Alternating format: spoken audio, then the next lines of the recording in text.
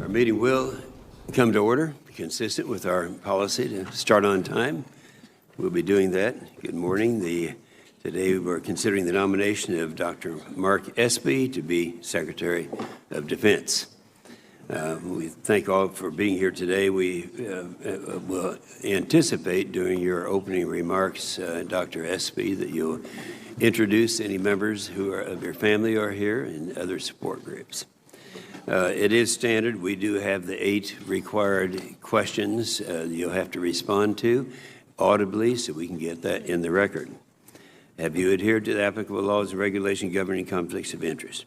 Yes, sir. Have you assumed any duties or taken any actions that would appear to presume the outcome of the confirmation process? No, sir. Exercising our legislative and oversight responsibility makes it important that this committee, its subcommittees, and other appropriate committees in Congress receive testimony, briefings, reports, recordings, records, and other information from the executive branch on a timely basis. Do you agree, if confirmed, to appear and testify before this committee when requested? Yes, sir. Do you agree to provide records, documents, and electronic communications in a timely manner when requested by this committee, its subcommittees, or other appropriate committees of Congress, and to consult with the requester regarding the basis for any good faith delay or denial in providing such records? Yes, sir. Will you ensure that your staff complies with deadlines established by this committee for the production of reports, records, and other information, including timely responding to hearing questions for the record? Yes, sir. Will you cooperate in providing witnesses and briefers in response to congressional requests? Yes, sir. And finally, will those witnesses and briefers be protected from reprisal for their testimony and briefings? Yes, sir. We need a confirmed leader to guide the Department of Defense through the time. Probably we'd always say the same thing, the most challenging time. Senator Reid and I agree with this. A confirmed Secretary of Defense will be more effective in the Pentagon, in Washington, and around the world. And Dr. Esper, you have been nominated to lead the Department of Defense and America's military through the historic transition. In the last decade, America's main focus was counterterrorism. We believe our military had the best of everything. The last administration even thought we could cut our defense budget by hundreds of billions of dollars while fighting 2 wars, and everything would turn out fine. We found out that that was not the case. While the cut in our defense budget was taking place, it was actually between the 2 years of 2010 and 2015, the cuts actually were a 25%. And according to The Economist, this is a document that Senator Wicker first called our attention to, and we checked out afterwards, found it to be everything that was in this article to be accurate. That while we were cutting ours 25%, the Chinese were increasing their military spending in that same time frame by 83%. And today we find ourselves in a new and different moment for America's security. The American people can no longer take America's military superiority for granted. China and Russia have passed us in key areas and are catching up in other areas. The National Defense Strategy, which is the document that we have used, which we've talked about and had a hearing on, and everyone agrees that this was a bipartisan document, and that was one that should be used and has been used for that purpose. So President Trump has supported a new national defense strategy with his defense budgets, putting us to a path to repair readiness and restore our military advantage. Hard work remains. Most importantly, we need a budget agreement. If we do not get a budget agreement, deal with the fiscal year 2020 that includes the growth in the top line, we will squander the process and the progress that we've made in fiscal years 18 and 19.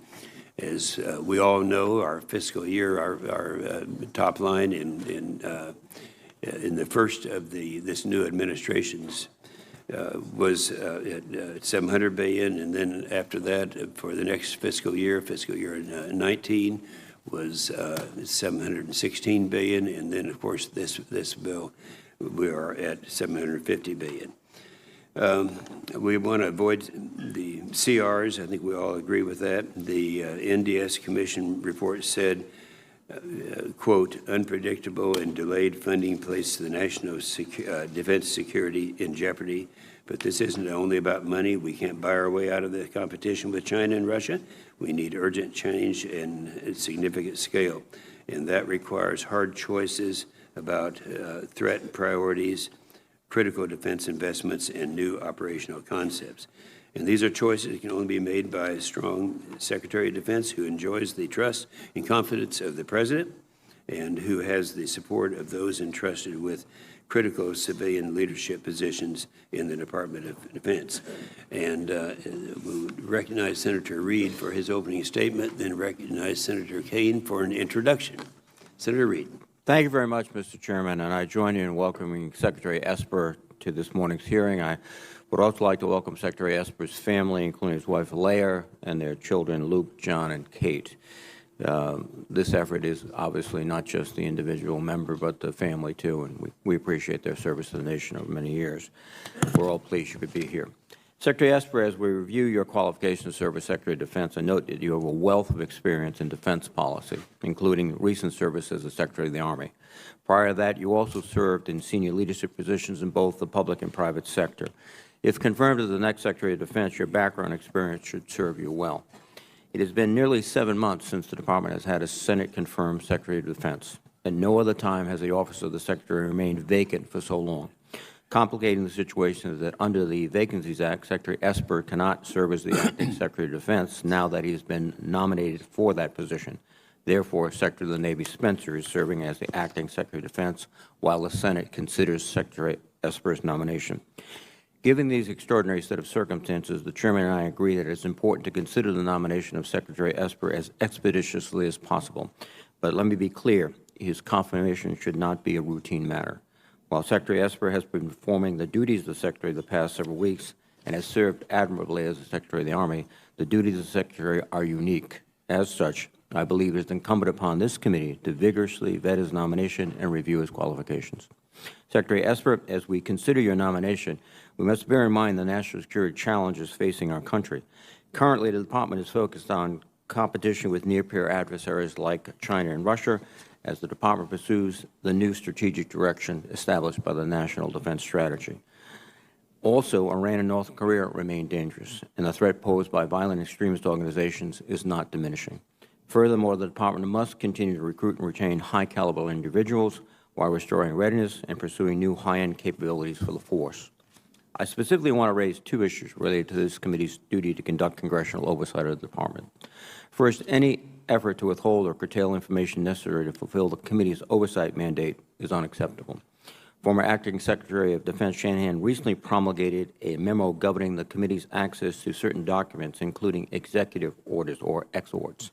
The memo stated in part that the Trump administration would determine which materials should be provided to Congress based on whether the request contains sufficient information to demonstrate a relationship to a legislative function. I think we make that determination, not the Department of Defense. Tensions often exist between the executive and legislative branches regardless of political party. However, as duly elected officials, this committee understands what information is necessary to conduct congressional oversight. We are judicious in the number of requests we make to the Department, and we rigidly control and protect the sensitivity of the information provided us for oversight purposes. Second, the Department must keep Congress fully and currently informed of major military developments. For example, on May 5th, the President's National Security Advisor announced that the U.S. was deploying a carrier strike group and a bomber task force to CENTCOM in response to a number of troubling and escalatory indications involving Iran. The threats were apparently significant enough to not only to surge additional military capabilities in the region, but for Secretary Pompeo to cancel a meeting with German Prime Minister Merkel in order to fly to Iraq. But it took the Department of Defense more than 5 days to share any information with Congress. I find that unacceptable. Secretary Esper, you indicated in your advanced policy questions that if confirmed, you will reassess the Department's exort policy. I appreciate your assurance, and I hope that you will also make a concerted effort to keep this committee fully and currently informed on critical national security developments, particularly if it involves surging additional military capabilities to a specific region. Based on our working relationship during your tenure as Secretary of the Army, I am confident we can work together to ensure that Congress has the information it needs to do the job.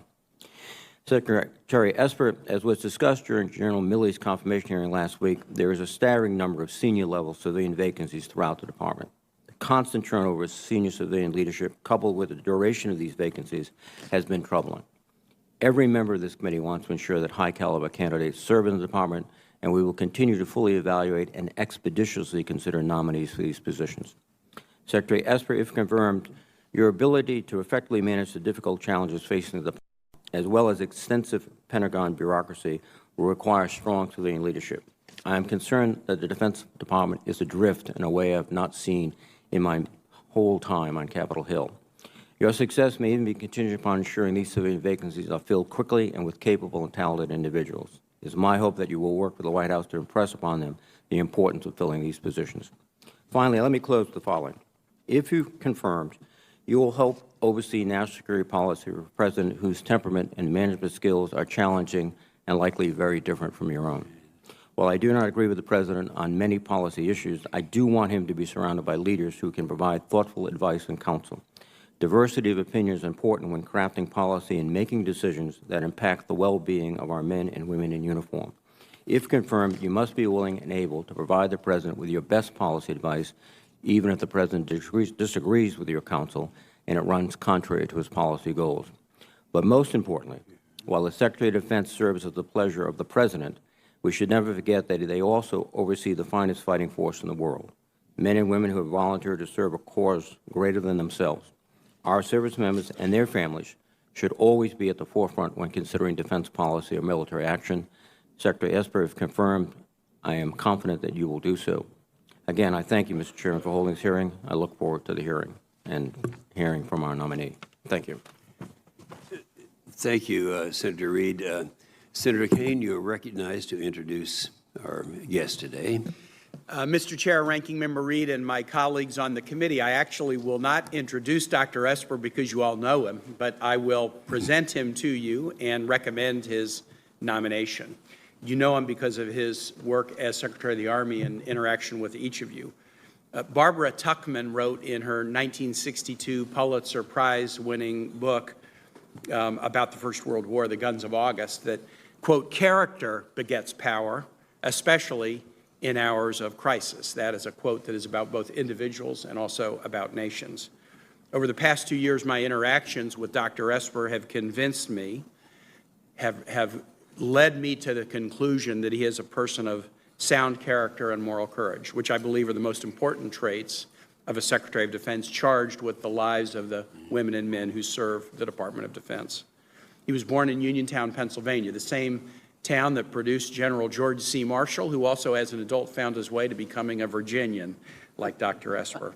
He spent the majority of his adult life in service to the country, starting with his entry into the United States Military Academy at West Point, and continuing through his career in the Army, active, Guard, Reserve, service to the White House, service to this body. In fact, Dr. Esper has really sort of seen it all as an active Guard and Reserve member, work in the private sector, work in think tanks on national security policy, service to House and Senate committees, service to individual senators, and service to 2 Republican administrations. You're familiar with his biography, but I just wanted to share 2 instances of working together with Dr. Esper, which has led me to the conclusion that he is the person of character who should lead the department. One of the first phone calls I received after I introduced legislation to address challenges with the unacceptably high unemployment rate of military spouses was from then Secretary Esper, who thanked me for the legislation, who talked about his own concern about this as Secretary of the Army and wanted to work together to tackle this very, very serious challenge. And we have worked together cooperatively on that, and I've been pleased with the Army's ongoing efforts in that way. The same commitment to address the quality of life of our military families was something that I noticed when this committee began the investigation into the very painful circumstances surrounding substandard military housing. The initial responses by some in the department and at the bases themselves, and I think we all experienced this, were skepticism, disbelief, denial, avoidance. That was not the response of Secretary Esper. It was the Department of the Army that first developed the Tenant Bill of Rights, which became the basis of one of the key provisions that we included in the NDAA this year. Secretary Esper extended an invitation for Senator Warner and I to accompany him to see the conditions of housing at Fort Belvoir, just 20 miles south here in Virginia, an Army base.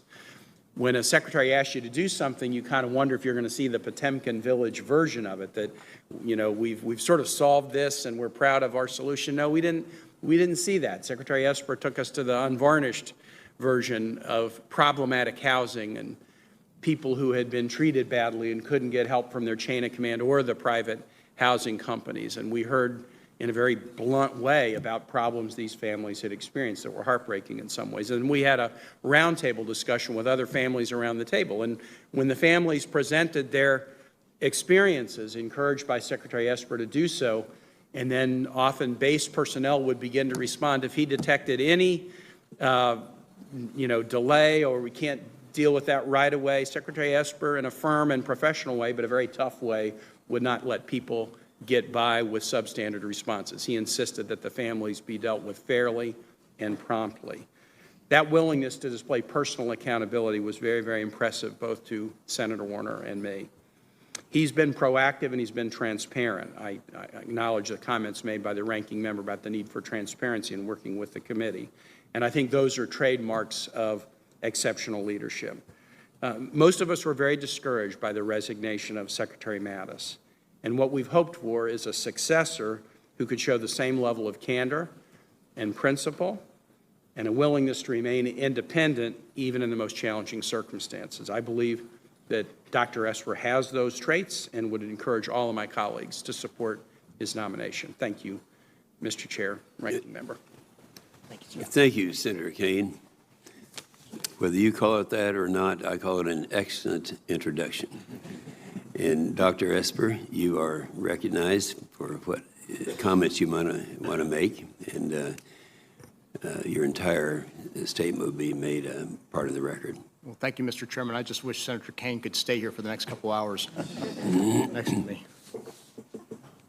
Chairman Inhofe, Ranking Member Reed, and distinguished members of the committee, it is an honor and a privilege to appear before you as the President's nominee for Secretary of Defense. And I'd like to especially thank Senator Kane for that very kind, gracious, humbling introduction.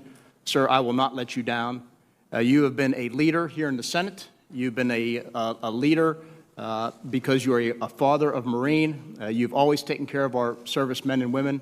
And as you mentioned, I've really enjoyed working closely with you these past couple years, and our experience at Fort Belvoir, again, assured me that there is bipartisanship in this building on Capitol Hill, and there are leaders out there who will do the right thing, and I know you will continue to demonstrate that leadership for our servicemen and women, for your constituents, for our nation. So thank you very much. I deeply appreciate your remarks.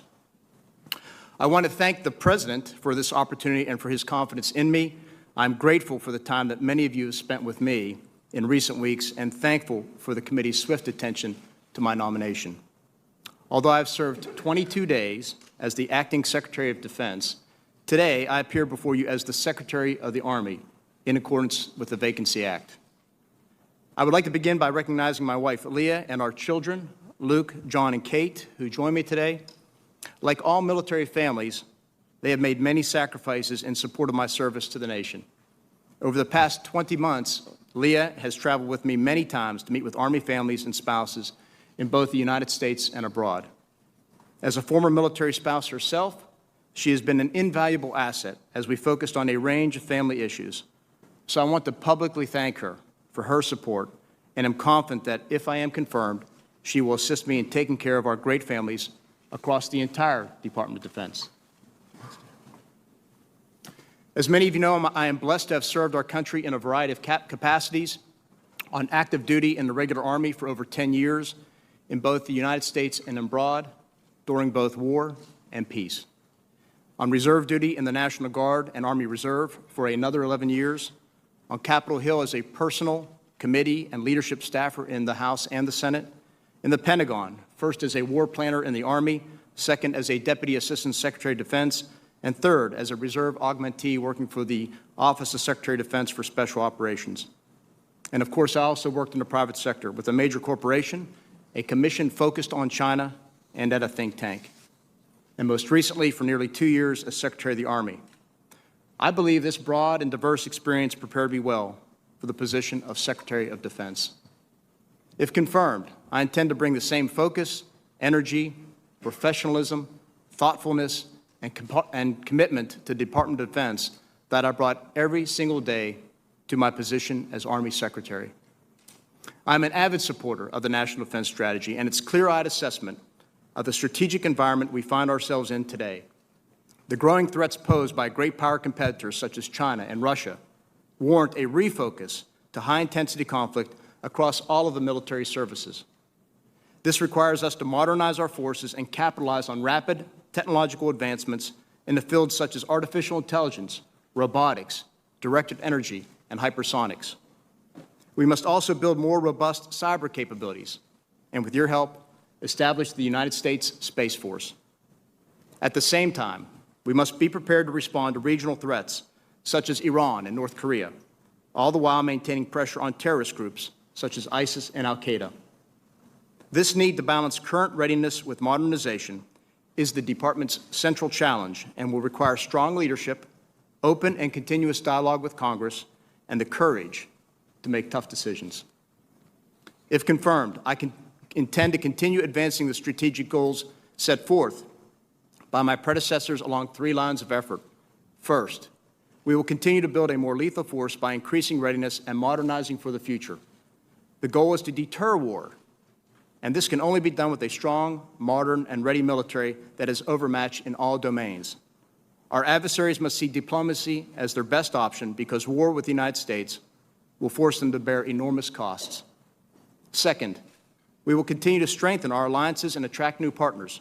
A strong network of like-minded nations that are willing and able to fight together is an advantage that our adversaries do not possess. At the same time, I will continue to press our allies and partners to contribute more equitably to our shared security, as many other Secretaries of Defense have done in the past. And third, we will reform the Department, beginning with the Fourth Estate. No reform is too small. In the Army, we found billions of dollars in savings by overturning hundreds of small stones that many said wouldn't make a difference. I will also continue to take the approach that bureaucratic processes should not come at the expense of our men and women serving around the world. The bottom line is this. In an era of mounting fiscal challenges and competing demands, we must actively seek ways to free up time, money, and manpower to invest back into our top priorities. Lastly, as a personal priority of mine, I intend to place particular focus on the well-being of our soldiers, sailors, airmen, Marines, and their families. I understand very well the impact that issues such as housing and child care and spousal employment have on the readiness of our service members. I heard this firsthand during the dozens of town halls and private meetings that my wife and I held across the Army over the last 20 months. Our military families are willing to make great sacrifices for their country, and in return, I am committed to ensuring they are cared for properly. As promised to this committee during my confirmation hearing to become Secretary of the Army, if confirmed, I will approach these priorities with the values and behaviors proven to maximize effectiveness of any team, to act with integrity, to collaborate broadly, to treat others with dignity and respect, to encourage innovation, critical thinking, and straight talk, to empower people, and to hold leaders accountable. These principles and the values we hold dearest as a profession must be lived and promoted and upheld day in and day out by leaders. Chairman Inhofe, Ranking Member Reed, and members of this committee, thank you again for your time and consideration today. I am truly honored to be part of the greatest military in the world, and if confirmed, I will continue to work closely with this committee and the entire Congress as we prepare to meet the challenges that lie ahead. I am grateful for your consideration of my nomination, and I look forward to your questions. Thank you. Well, thank you, Dr. Esper. Senator Kane made a couple comments about your accompanying him to installations in this area. And I was reminded that you accompanied me in some of these areas also. And you went beyond just the Army. We're down at Fort Sill together, and we're talking about the housing problems and the fact that initiated the first time we heard about housing problems was in Tinker Air Force Base. You were aware of that. But on that meeting that we had, the trip that we had together to Fort Sill, the thing that impressed me, and I think it fits into this this hearing today, was how well you did in communicating with the troops in the field. I mean, you were one of them, and I just at that time I thought, you know, you're really the guy for this job. Well, thank you, Mr. When you were with us in the 26th. No, it was in June. You were actually the acting Secretary of Defense at that time. You said that the U.S. National Defense Strategy remains our guiding document. This is really significant. This hasn't happened before. We had a hearing about this. This is put together by Democrats, Republicans, people who were top military people in this country. And no one at any time since we adopted this thing well over a year ago has complained that it wasn't done properly. And so at that time, you talked about why it was important. And also, prior to that, in March, when you were the Army Secretary, you, in response to one of my questions, you said, quote, Senator, you made a very important point. You said that what we need a budget. The Russians are modernizing. We must build the next generation of combat systems. Now, before Russia and China outpace us with their modernization programs. And we know that that's actually what is happening today. And by the way, Secretary Mattis, and I appreciated the comment that Senator Kane made about him, and those were my sentiments also. But he agreed with that this is what we needed to be doing and how important it was. So in the opening statement, I talked about the fact that the document that appeared, or the article that appeared in The Economist, showed that in the same period of time that we were cutting our military spending by 25%, China was increasing theirs by 83%. Now, you know, the people out there don't know this. They don't realize that we have competition that's out there that we've not had before. And when I see this, I look and I think that we've done really, we've done a better job, but we need to do a better job than we've done before. General Milley when he became Chief of Staff, only 5% of our Army brigades were at the highest level of readiness. Now it's 50%. Now that's a huge increase. So we're in the right area and we're moving the right direction. So anyway, in terms of the budget, this is your opportunity to weigh in on this and what we're going to have to do in order to do the job that needs to be done at this time, considering that we have peer competitors we've never had before. And so I'd like to have you use whatever time you need to use and talk about the significance of the budget deal that we're going to have. Well, thank you, Mr. Chairman. First of all, I fully share all of your remarks, and the threat posed to us over the long run by China cannot be overstated. And so for those reasons, I fully support the President's budget, the need for a 2-year budget deal, and of course the need to have the authorizations and appropriations bills passed on time. I cannot, again, overstate how important it was for DOD last year to receive a budget on time. It really allowed us to accelerate the readiness gains that we made, to advance our modernization efforts, and do all those things that the National Defense Strategy tells us to do. Okay, that's good. And also, we had asked General Milley when he was in about to kind of classify the areas that we have, to highlight the areas where we need to catch up. And he mentioned nuclear triad modernization, space, artificial intelligence, and hypersonics. Now, you touched on this in your opening statement. Is there anything you want? What would be your priorities in this list, or should this be a longer list than it is? Well, this may sound unconventional, but it goes to Senator Reed's first point, is if confirmed, I need to staff up the top tier of the Pentagon soonest. When we talk about the bigger picture issues that you mentioned, clearly modernization of the triad is top priority. I think we need to fully develop the domain of space as a warfighting domain. We need to improve our capabilities and policies with regard to cyberspace. And then, of course, there are a wide range of conventional capabilities we need to improve, and many of those hinge on core technologies that we can speak about through the course of the hearing. Thank you, Dr. Esper. Senator Reed. Well, thank you very much, Mr. Chairman, and Mr. Secretary, thank you. In your opening remarks, you mentioned the continuing tensions between the United States and Iran, and Secretary of Defense Robert Gates reportedly made the following statement: "If you think the war in Iraq was hard, an attack on Iran would, in my opinion, be a catastrophe. Iranian capacity to wage a series of terror attacks across the Middle East aimed at us and our friends and dramatically worsen the situation in Iraq, Afghanistan, Lebanon, and elsewhere is hard to overestimate." Do you agree with Secretary Gates' assessment if there was a... I agree. We do not want war with Iran. We are not seeking war with Iran. We need to get back on the diplomatic channel.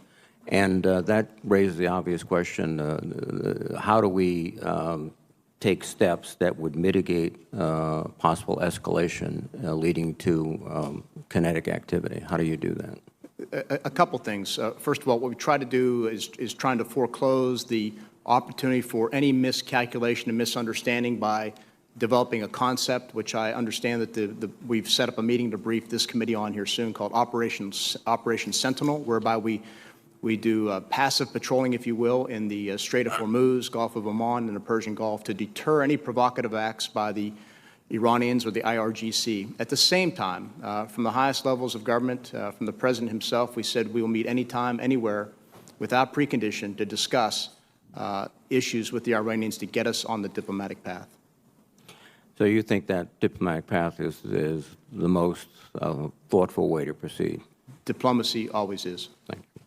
Mr. Secretary, you will likely be required in the course of your duties to opine with regard to Section 2808 with respect to the use of emerging funding already appropriated for critical military projects to be used, in the case most obviously presented to you, for border wall construction.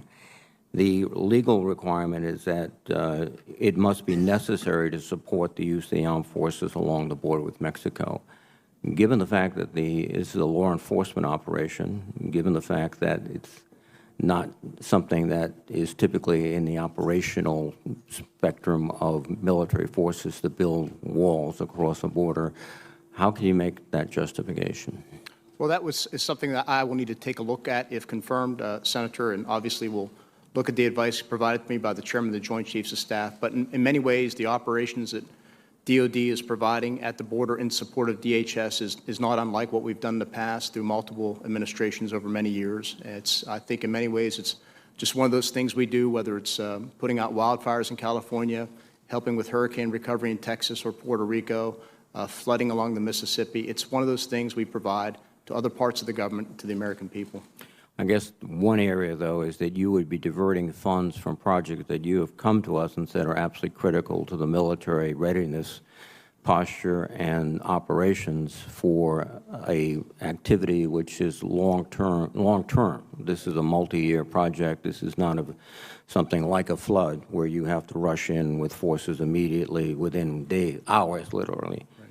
There is a distinction, and I think you should not miss that distinction. No, I agree, and obviously as we proceed, if confirmed, I'd want to have discussions with you and be very transparent as we move through that process. Let me return to my comment about exhorts.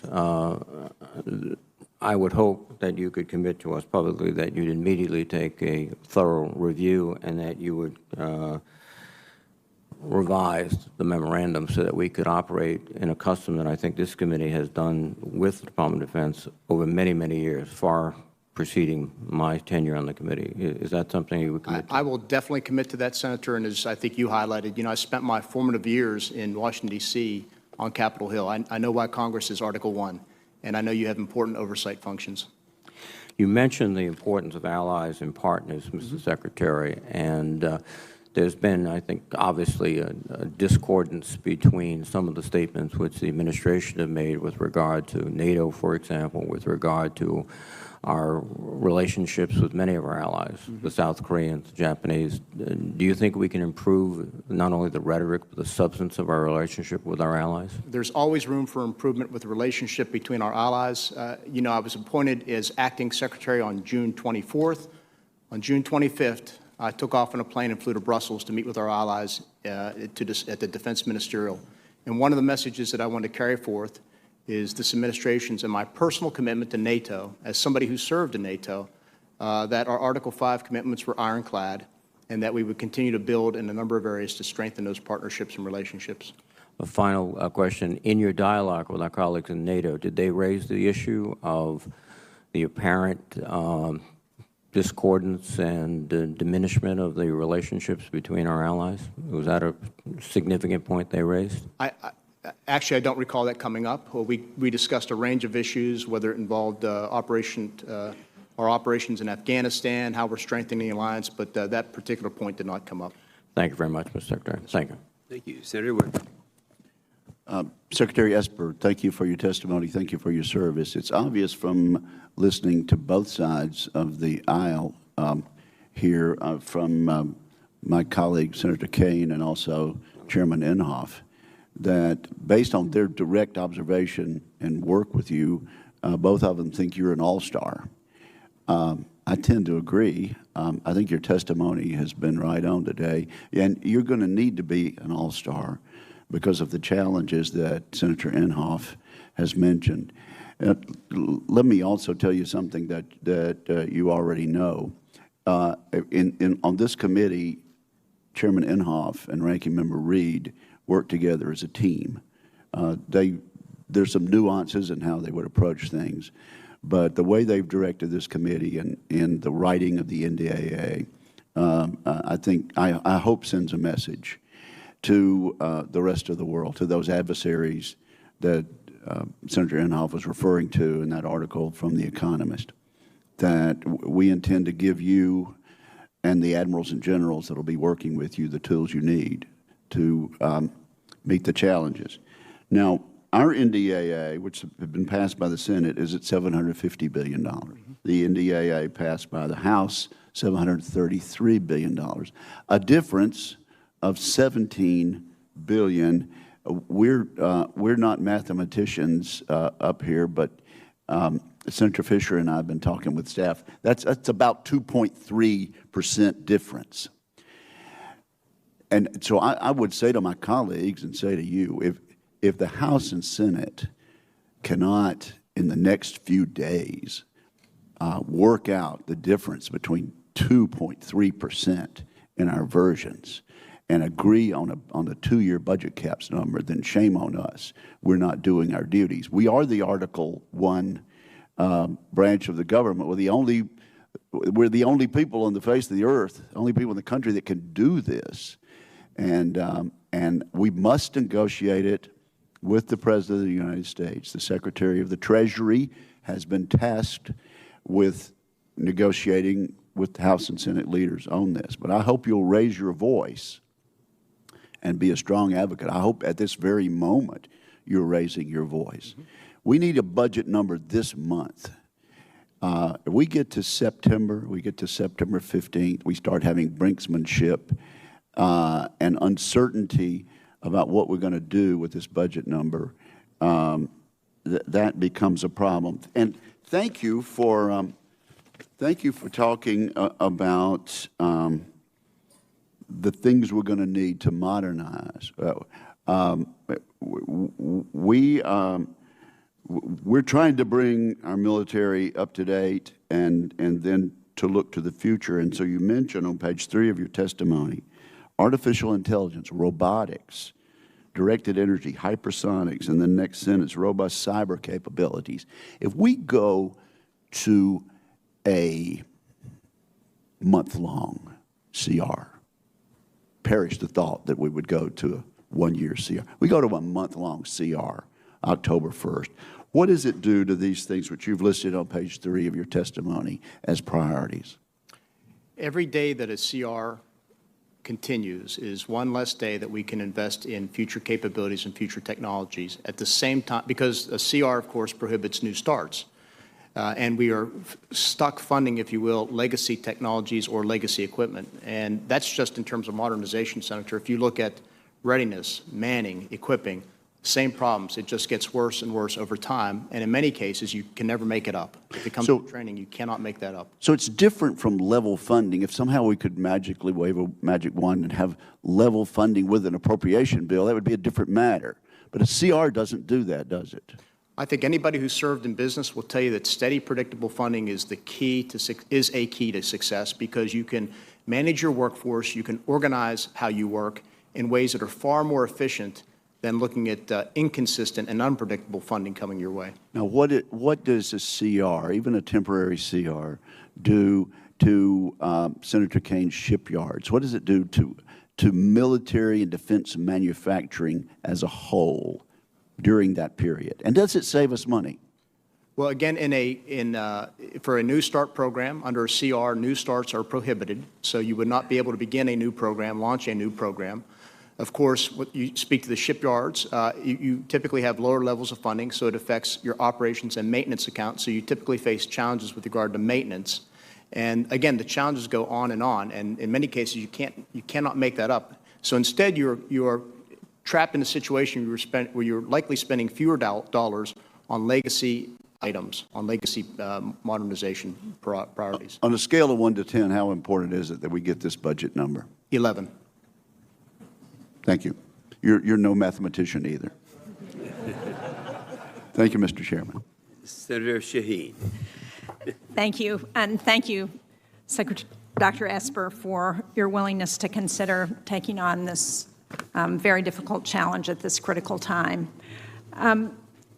Secretary, we had the opportunity to visit last week. I appreciated your coming in to talk to me. One of the things that we discussed was the challenge of PFAS contamination that impacts more than 400 military installations across the country. One of those is former military installation at Pease, the former Pease Air Force Base in New Hampshire. And the Air Force has been quite responsive to the challenges of that contamination affecting the drinking water for the city of Portsmouth. But it's becoming more and more a serious issue, not just on military installations, but across the country. So if confirmed, can you commit to taking a stronger, more proactive stance to address PFAS contamination issues that are affecting our installations and communities? Absolutely, Senator. This is an important issue. We need to own it. And I don't know if we have a task force, for example, in place, but if confirmed, that is something that I would look at doing to make sure that all the services are coordinated and we're approaching the problem in an aggressive and holistic way. Thank you very much.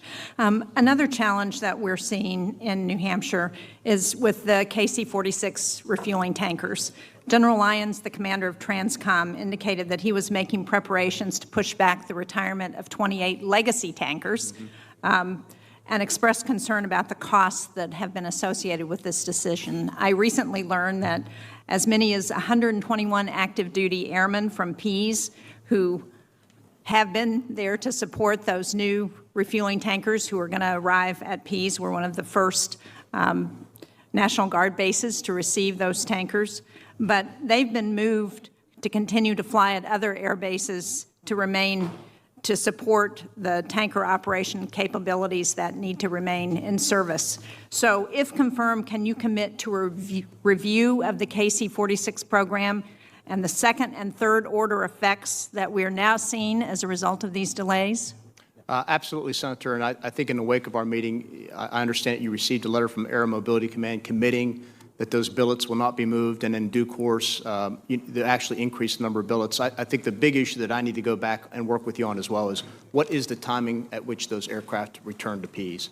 And to me, that as I look at it. So you have my commitment on that. You and I work together on things, and I think you know I'll follow through.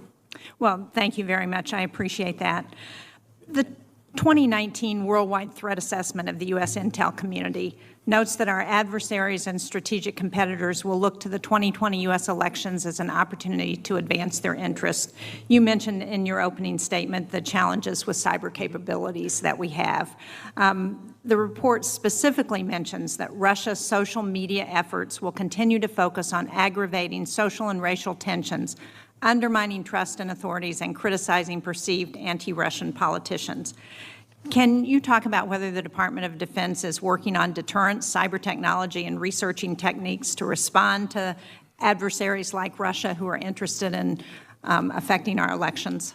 Yes, Senator, we do work as part of a whole-of-government approach. We, of course, have exceptional capabilities in our cyber command. And maybe as important as our capabilities, last year the administration put out a new NSPM 13, which really put our cyber capabilities on a more offensive footing, allowing us to lean forward. And I think for those reasons, it's why you saw in the 2018 elections no issues. And that's why I think we're more and more confident that the 2020 elections will also be unfettered, if you will. I understand we gave you a briefing last week, the House and the Senate. Hopefully that was reassuring. But this is something that we must stay on top of. The integrity of our elections, the criticality of our democracy is something that cannot be influenced or threatened. And so we are committed to more than playing our fair share in that regard. Well, thank you. I very much appreciate that. Both the chairman and ranking member mentioned the openings that exist within the Department of Defense. You and I also discussed that, and your commitment to try and address that as soon as possible. Have you discussed with the President or the White House the need to cooperate in filling those positions as expeditiously as possible and the need to fully vet any nominees who are offered? Senator, I met yesterday before I handed over the secretaryship, if you will, to Secretary Spencer. I met with a representative from White House personnel. We went down the list of the 14 current slots that do not have a Senate-confirmed person and talked about each. And obviously, I urged them to help us push folks through. We have a few folks that will be coming here before the committee or on the executive calendar right now. And then I have due diligence back in the Pentagon to make sure that we find names, we recruit the right people for the 4 or 5 seats that still need to be filled. So there's a range of responsibilities, and I did have that meeting yesterday with the White House to discuss that. Thank you. Thank you, Mr. Chairman. Senator Fisher. Thank you, Mr. Chairman. Thank you, Mr. Secretary, for your service to this country, and thank you for your willingness to continue to serve as the Secretary of Defense. In our meeting last week, you made one point that I wanted to touch on again.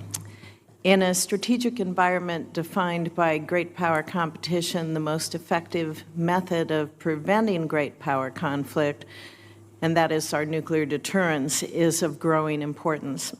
Do you want to elaborate on that? I recall that the Global Zero report from several years ago arguing that we should reduce our nuclear forces because, quote, 9/11 exposed the lack of efficacy, indeed the irrelevance of nuclear forces in dealing with 21st century threats, end quote.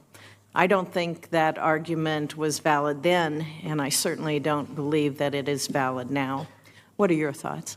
You know, Senator, I had the privilege of working on these issues in the past up here on Capitol Hill. You know, I'm convinced after studying them for quite some time that a nuclear deterrent is essential to our security. It's a top priority. It has kept the peace with regard to deterring nuclear war for 70 years now. And so I think the important part is to ensure that we have a modern, effective, credible, and safe and reliable deterrent. And so that's why we need to look at each leg of the triad. Each provides certain capabilities to complement one another, and continue to modernize that triad is important to our safety and security. Earlier this year, we heard from Undersecretary Lord, and she stressed that we have reached a point where delay of modernization is no longer an option. Do you agree with her characterization that we don't have any margin of error in any of the programs, any leg of the triad, and that we must move forward with that modernization? It's clear that we do. Each leg is in a different status, if you will.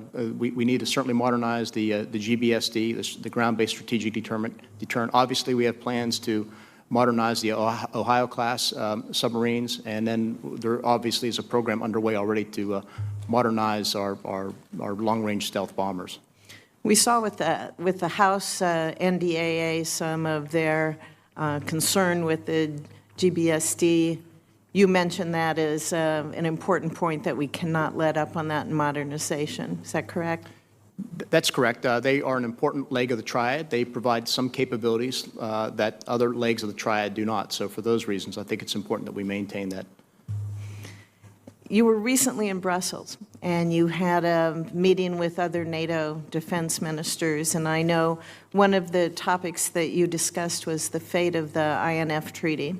And as I'm sure you are aware, critics of the administration continue to promote the narrative that the president's decision to withdraw from that treaty, which has failed solely because of Russia's actions, that's created disunity in our NATO alliance. Was that your impression? No, Senator, it was not. You know, I'd say a few things. I've worked these issues in the past with regard to arms control. Russia has cheated or is cheating on treaties. I give the Obama administration high marks for calling them out and trying to work this. And obviously, Secretary Mattis worked this issue as well. I think the INF Treaty has served us well, but it only works if both parties comply. And we have been diligent, we the United States, in complying with the treaty. But in discussions with NATO allies, both bilaterally and in the big room sessions, if you will, I was really impressed by the fact that everybody was unified and agreed that we cannot stand by while Russia arms itself with intermediate-range missiles, SSC-8s, that are nuclear-tipped and have most of Europe within their range. And so we also agreed on a path forward, and we also agreed publicly, I think I mentioned it publicly, that we encourage Russia to come back into compliance. The United States will remain in compliance with all of our obligations until August 2nd. And after that point in time, we will continue to pursue what's in our best interests. So what are our next steps in response to Russia's violation?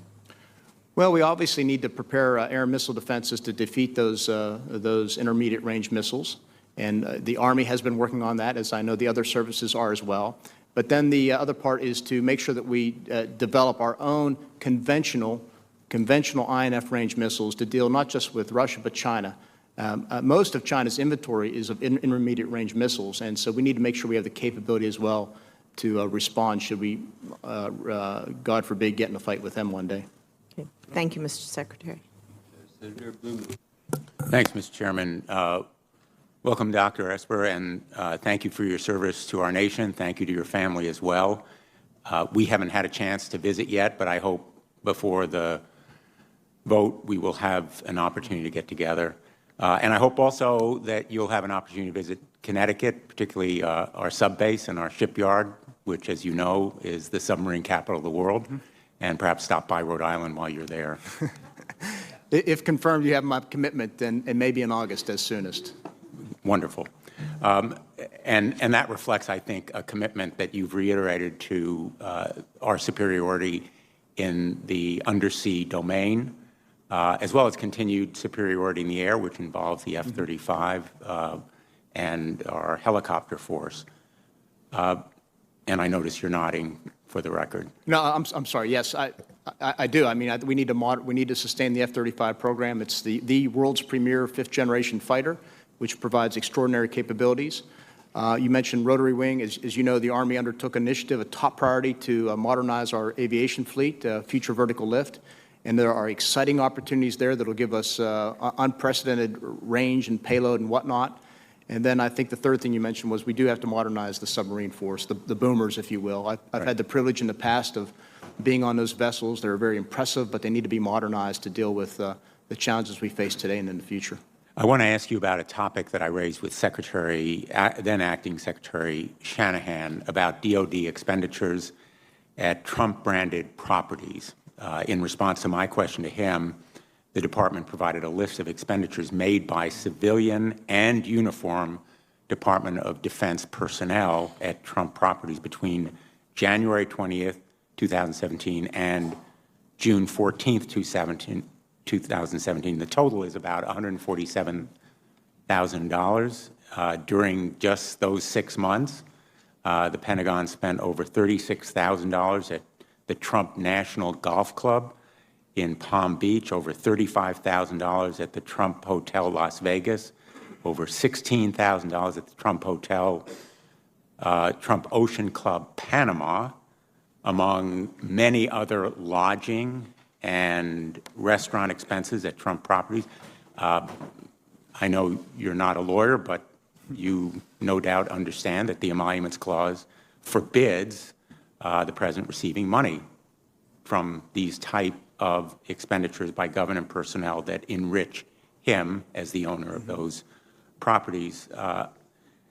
I would like a commitment from you that you will provide all of the additional information about official expenditures at these properties from 2017 to the present, and that you will commit to providing also additional information about the official purpose of these government travel expenses, if any, and in fact that you will go further and declare these properties to be off-limit establishments, as the Pentagon does for military personnel when they are spending taxpayer money. This money is taxpayer money. The expenditures were put on the government travel charge card, and I think the American people would have a lot of reservations about this practice.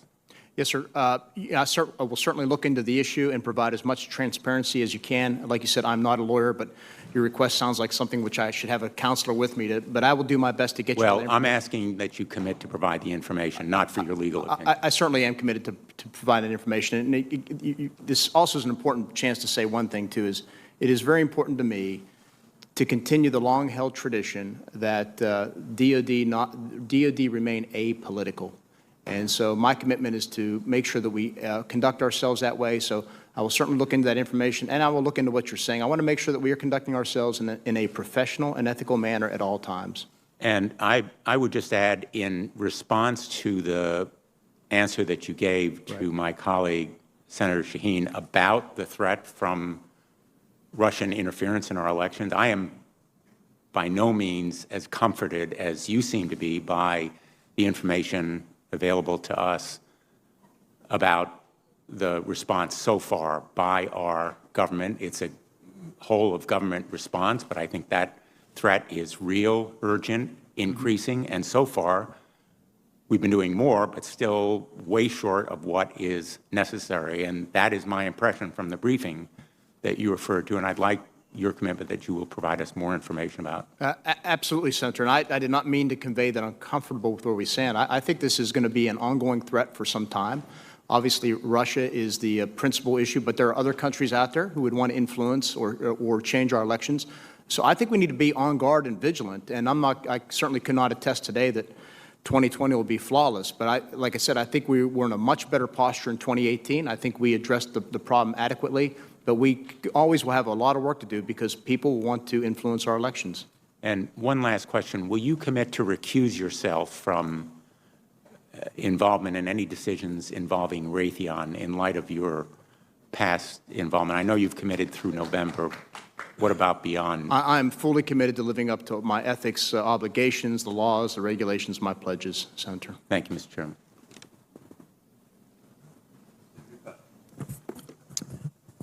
Thank you, Secretary Esper, for your long history of service to the country, starting first as a young Army officer and continuing with your time here in the Congress and at the Pentagon, and now over the past 2 years as Army Secretary. Thanks for continuing to serve the country in this new capacity. I want to talk briefly about a point that Senator Blumenthal just raised, the period in your career when you were not in government, but you were in industry, specifically at Raytheon.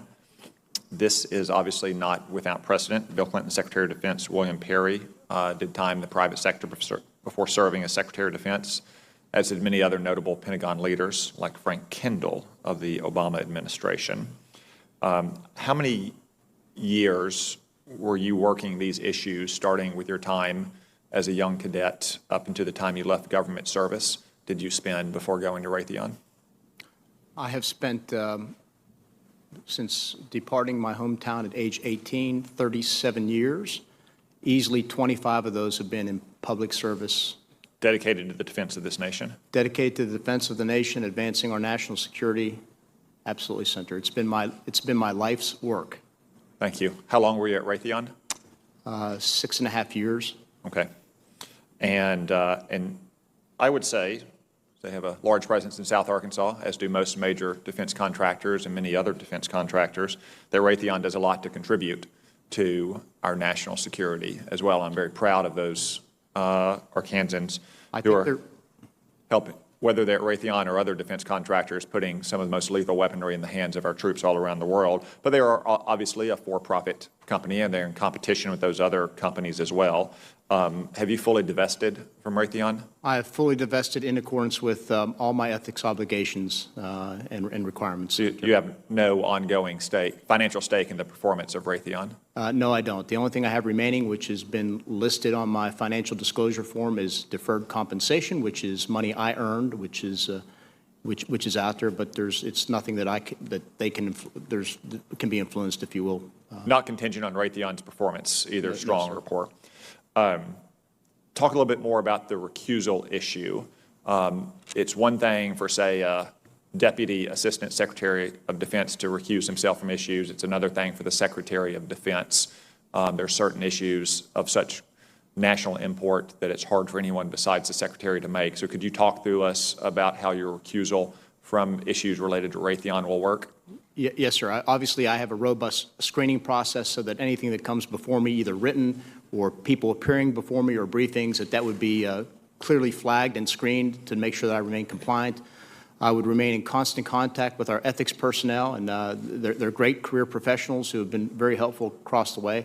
I also found in my time during as Secretary of the Army, and clearly with this promotion, if confirmed, be even higher, that I really dealt nearly all the time with broad policy matters, strategy, things like that. I'd never got into the business, if you will, of picking programs or things like that. So I'm fully confident of what my obligations are. And I guess the important thing is to say is this.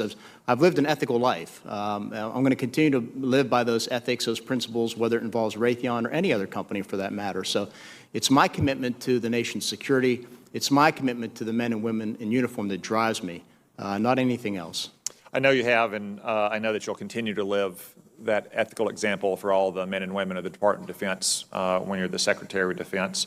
I will note that although this is often perceived as an issue for both Republican and Democratic DOD officials alike, members of this committee know that in some cases there's a tendency to actually be too hard on former associates and employers because of the exact kind of perception that is sometimes raised when you leave industry and go into government. Of course, there's lots of advantages of having that kind of industry experience as well. And in my closing moments here, I want to ask you about that. This committee has prioritized opening the Pentagon up to smaller companies, not the giant defense contractors, especially when it comes to leading technology. I have to say that's been done with some limited success. How do you plan to take advantage of your private sector experience to break down those barriers to entry in the Pentagon? And how do you plan to make it an attractive place for startups and firms that don't have, very large organization with decades of experience of dealing with government contracting and acquisition at the Pentagon? So my experience is that in many ways you find your greatest innovation, your greatest entrepreneurship is happening at the smaller levels, those small shops, those small innovators that are out there creating incredible technologies. That's one reason why in the Army we established Army Futures Command and put it in Austin, Texas to capitalize on those folks who are coming up with the cutting-edge ideas. My time at Raytheon, I spent a lot of time traveling and meeting not just with members of the company, but also their supply chain. And having that supply chain is integral. And in many cases, it's fragile. We've talked today about CRs. Often the folks who pay the price of an extended CR or the cancellation of contracts or the lack of a new start are folks way at the end of the supply chain who just don't have the means to sustain themselves.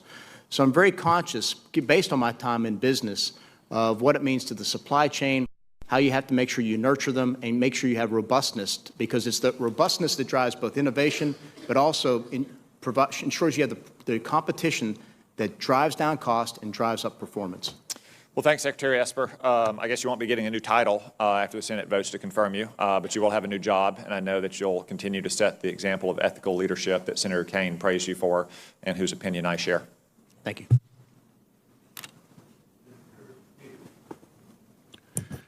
Thank you, Mr. Chairman. Secretary Esper, thank you for your service to our country. Secretary Esper, in 2014, Secretary Hagel issued new guidance for upgrading certain discharges to honorable. The Hagel policy directed review boards to give, quote, liberal consideration to the possibility that PTSD contributed to a veteran's loss of their honorable discharge. That's why I introduced legislation to codify the principles of this policy into law. The Fairness for Veterans Act was included as Section 535 of the fiscal year 2017 NDAA, and I recently sent a letter to the Department of Defense to get an update on the implementation of this law. I think you'd agree that troops that are suffering from mental trauma associated with their service should not have their records tarnished over an episode of misconduct that may be related to the trauma that they're actually suffering from. So my question to you, sir, is can I get your assurance that this law will be executed as intended under your leadership, if confirmed, and that I can get your commitment to keeping Congress informed of the law's implementation? Yes, sir. As you described it, it seems to make eminent sense. You know, from my time in uniform, of course, I spent my time in war. I know the impacts. I think things like that go a long way to signaling that we understand that these things happen, that damage, harm is not just physical, it can be mental, and that it also goes a long way to us addressing any stigmatization with regard to mental health issues. Well, I appreciate that commitment, and I'm hearing from some of my constituents that the wait times of over 12 months for a decision to appeal are occurring, and I'd certainly like you to look into what the Department needs, including support from Congress, to expedite these decisions of status upgrades, and hope to get your commitment. So I mean, the bureaucracy on these things is terrible. We need to just go after it hard, particularly in matters involving, you know, life and health and those things. People can't wait for 12 months to get something like this addressed. So you have my commitment to go after the bureaucracy on that as well. Great, I appreciate that. Secretary Esper, I'd like to quote from Secretary Mattis his letter of resignation on December 20th of 2018. He addressed it to President Trump, and he said, and I'm going to quote this, because you have the right to have a Secretary of Defense whose views are better aligned with yours on these and other subjects, I believe it's right for me to step down from my position. And in his resignation letter, he emphasized the value of alliances and the true value to the United States and of the international order. And let me quote again from his letter. He said, it must be conducive to our security, prosperity, and values, and we are strengthened in this effort by the solidarity of our alliances, end of quote. These principles, of course, are difficult to put a price on, but they were clearly essential to Secretary Mattis and something that he was willing to resign as Secretary of Defense. So my question to you is, tell me a little bit about your view on the importance of the U.S.-led international order to support our security, prosperity, and our values.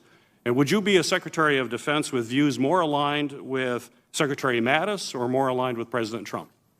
Well, Senator, you know, as I said in my opening statement, as I messaged to the field on my first day as acting secretary, the note I sent to the field said that I fully support the National Defense Strategy to include explicitly Line of Effort 2, which talks about building alliances and strengthening our partnerships. So I'm fully committed to that. I realize the importance of it.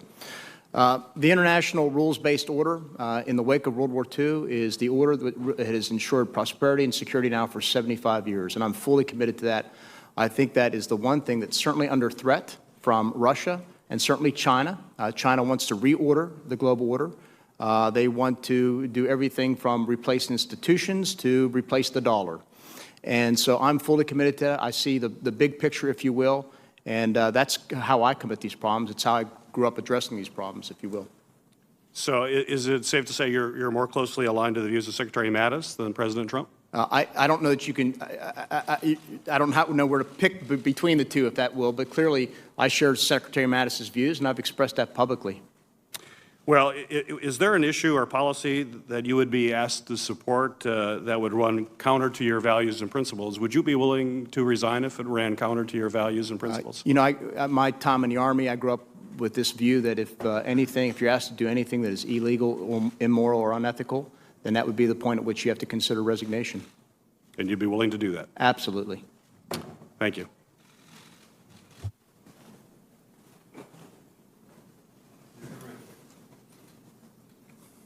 Thank you, Mr. Chairman. Mr. Esper, first of all, I want to thank you for your service to our country, to your family. We recognize that this is one of those challenging times in which you have tried to fill a couple of different positions all at the same time. But your work and your background makes you eminently qualified for the position that we're considering today. I wanted to ask a couple of questions here with regard to that background, which I think helps, but I'm not sure that you've had an opportunity to share with the public. There has been some concern expressed about your time working for Raytheon. I'm curious, though, if you can discuss the insights that you have developed and how this period of your life would inform your decision-making should you be confirmed as Secretary of Defense. Senator, my years in business really gave me a breadth of experience and knowledge about what makes industry tick, what motivates them. The previous question we had from Senator Cotton, I got a rich understanding of the supply chain, how important it is, and yet how fragile it is at the same time. I understand well what motivates companies in order to grow and change and adapt. And you also get a good understanding of how they organize to address work. You understand their frustrations with DOD bureaucracy and where the possible fixes may be. And so all those things and more, I think, really enabled me as Army Secretary to look hard at all of our programs and to make sure that we got them in the right place. And I will tell you, of the 18 or 19 or so major defense programs that we had, nearly all of them, but maybe one or two, were meeting cost, schedule, and performance because myself and others like Undersecretary McCarthy had brought to the table a business background that helped us understand. In some cases, we leveraged that certainly to stop production or stop acceptance of certain items, and all those things we leveraged to make sure that we got to the warfighter the tools and weapons equipment they need, and we were and try to be very good stewards of the taxpayers' dollar at the same time. Let's go to cyberspace for just a minute. We fight not just in the air, on land, on sea, undersea, space, but cyberspace as well. And you have worked as a Secretary of the Army during a time in which cyber has become part of the focal point with regard to our defense strategies. There is a clear understanding that we can always do better and that we divide this out in both defensive and offensive capabilities. You've received some new tools and some new capabilities in the last couple of months. You've got a new presidential directive which replaced PPD-20, which allows you some latitude. You've also got Section, I believe it's 1632 of the National Defense Authorization Act of 2018, where you are provided with the use of identifying cyber activities outside of a war zone as traditional military activities. Secretary Spencer of the Navy was recently criticized a little bit, and I think unjustly, for laying out a very timely report in which he identified all of the major challenges that the Department of the Navy has concerning cyber activity. I think he could have used any one of the different departments and come up with the same result. Could you share a little bit with us your thoughts about what our needs are and how serious the threats are with regard to cyber operations, cybersecurity, both defensive and offensive capabilities, and where you see that going with regard to cyber and its connection with the rest of the different domains? Senator, clearly cyber is a domain of warfare. We are at war, if you will, in the cyber domain now, constantly battling countries such as Russia or China who are trying to do everything from steal our technology to influence elections, to put out disinformation about the United States. I think on the defensive side, we remain vulnerable, whether it's as a government or in the private sector. You just asked about my experience in the private sector, is that the private sector is also vulnerable. On the offensive side, I think we have a lot of capabilities, but policy had not caught up until, as you said, the passage of NSPM 13. Probably more needs to be done. We need to remain vigilant on that front. And I'm talking at the strategic level. It also applies at the tactical level as well. The Army has done remarkable work, if you will, before preceding me in terms of standing up Army Cyber Command, creating cyber MOSs, creating a cyber officer corps, and really employing those tools at both the tactical and operational level as well.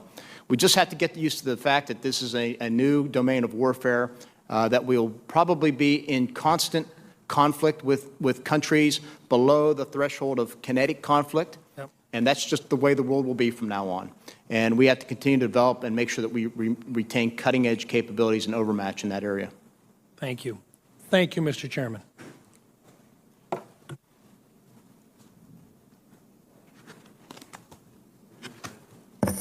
Thank you, Chairman.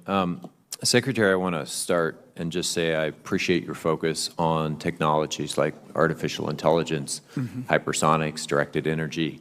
These are our path to real offset advantages over our adversaries. And said another way, these are the path to effective deterrence. So I appreciate that and look forward to working with you on those issues. A little closer to home, at least my home, I was quite pleased to learn that Holloman Air Force Base is one of the 3 finalists chosen as a candidate location for a permanent formal training unit for the F-16. As you know, since 2017, Holloman has actually been home to a temporary formal training unit, providing an unmatched location for producing new pilots and shaping our combat air power.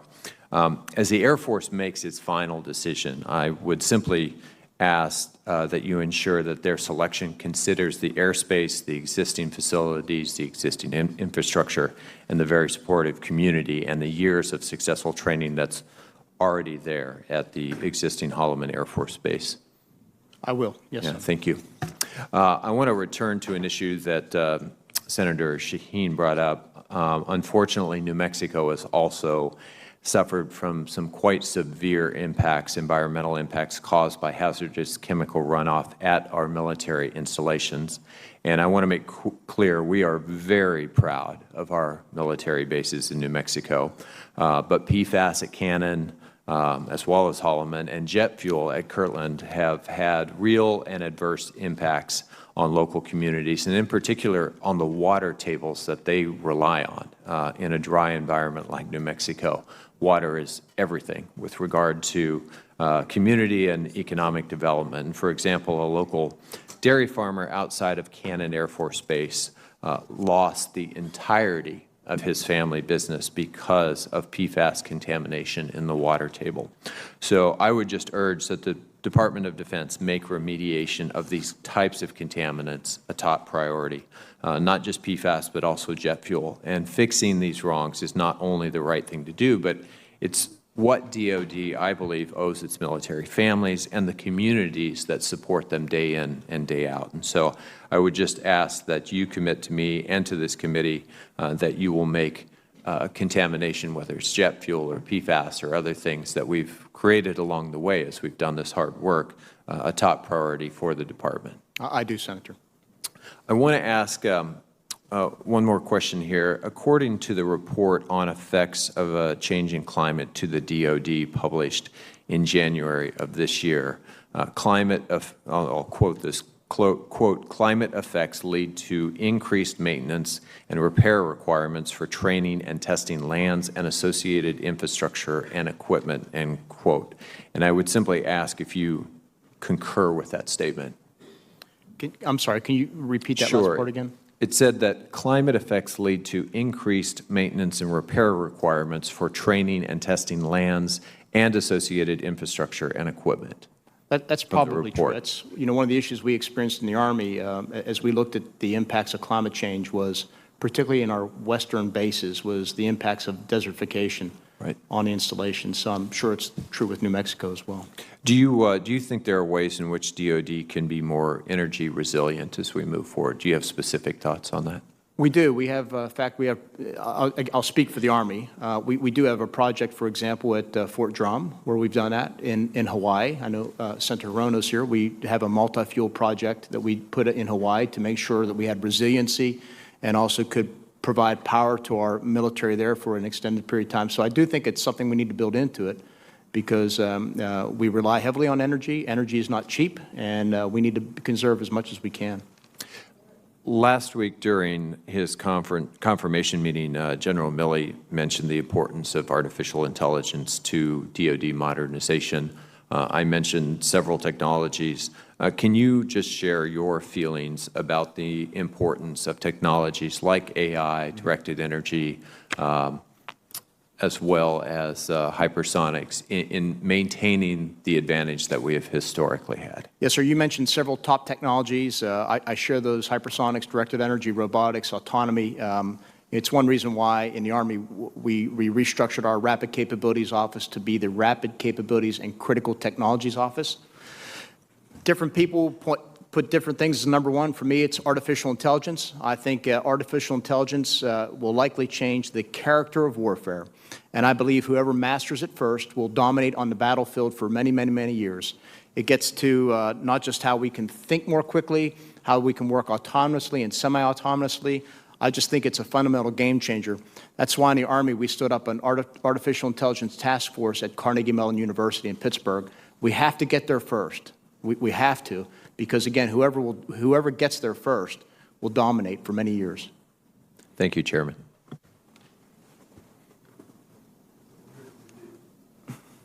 Thank you, Mr. Chairman. Mr. Secretary, thank you, and thank you for your family for a lifetime of public service and also for being willing to step up at this point in your career for this huge responsibility. Sir, it seems to me that the world's never been more dangerous any time in my lifetime than it is right now. 5 threats across 5 domains. You've talked about space and cyber as the 2 added domains today. I want to talk about the rise of China and the relationship that our allies play in that. But I want to clear up one thing today. There are a lot of people who say, well, we spend $730, $750 billion on our military. I would remind everybody we have now for the first time, thanks to you and others and the President, that we have our first audit of DOD, November of last year. We're gaining great insight how to save money. In fact, if we were to go to a 1-year CR this year, there's $4 billion already been identified by the Department of Defense they don't want to spend, but they would be obliged to spend if we end up in a 1-year CR. You mentioned that earlier. Today, China spends, if you adjust it for purchasing power parity, almost on parity with the United States. Not that much different. And they're really focused on their naval forces. Their Belt Road Initiative, they've got 36 ports in Africa, 51 ports in South America that they've made these proprietary loans to. My fundamental question, sir, in a strategic relationship with Secretary Pompeo and Secretary of State, how do we deter China in a world that we see what their interests are in the West Pacific, South China Sea, et cetera, as well as Africa and Southern Asia? How do we use our allies and the relationship that we've had since World War II to actually deter not only China but Russia in this environment? Yes, sir, you took the answer from me. First of all, we have to have a whole-of-government approach. So it's not just DOD, it's Department of State, it's USAID, it is HHS, it's DOJ. It's everybody has to be in on this because that is how the Chinese approach it. And then you're right, we have to really muster our allies and partners to do the same, whether it's in Europe or in Asia. And I will tell you, in Asia, many countries over there are quite concerned about China's influence. It is a hegemon, if you will, and if not that, exercising suzerainty over the region. So it's something we need to really work aggressively on, and if not, we were going to find ourselves. The Chinese are very patient. They are very strategic. If you go back to arguably probably their greatest leader, Deng Xiaoping, who had a famous saying that said something like, bide your time, hide your actions, play the long game. They are playing a long game, and we are playing the short game. I think that's where what's so important about the NDS is it points us to have our own long game so we can be at the right point in time. We don't want to be adversaries with China. We want to be competitors. We want to compete in the economic domain. But we have to make sure we're addressing the security concerns first. As you consider this role and as the President chose you, it seems to me there are 3 big areas of areas to consider. One is your commitment to the National Defense Strategy. Are you today committed and satisfied that the National Defense Strategy will serve the interests not only of America but of the free world going forward? Absolutely, Senator. What really impressed me about the defense strategy is that for the first time ever, it recognized China as a strategic competitor that could be an adversary if we're not careful. Look, I was in the Senate here in 2000, 2001, where we debated China's entry into the World Trade Organization, and we granted the authority. And the argument that we bought into at the time was if we let them into these institutions, they will democratize, they will become more benign, they will become a normal actor on the world stage. They proved us wrong. Well, Michael Pillsbury in his book, 100-Year Marathon, admits, Henry Kissinger is talking about the same thing now. Hank Paulson says things in his new book that we got it wrong, that we believed Deng Xiaoping. I lived over there, and I can tell you we got it wrong. And we now know from the Made in China 2025, what their initiatives are to achieve. And my experience with the Chinese culture is that they never tell you, and this goes back to the Warring States period you mentioned earlier with Confucius and Sun Tzu, that they never tell you what they're going to do unless they've made a decision that you don't have the wherewithal or the will to stop them. Do you agree with that? Yes, sir.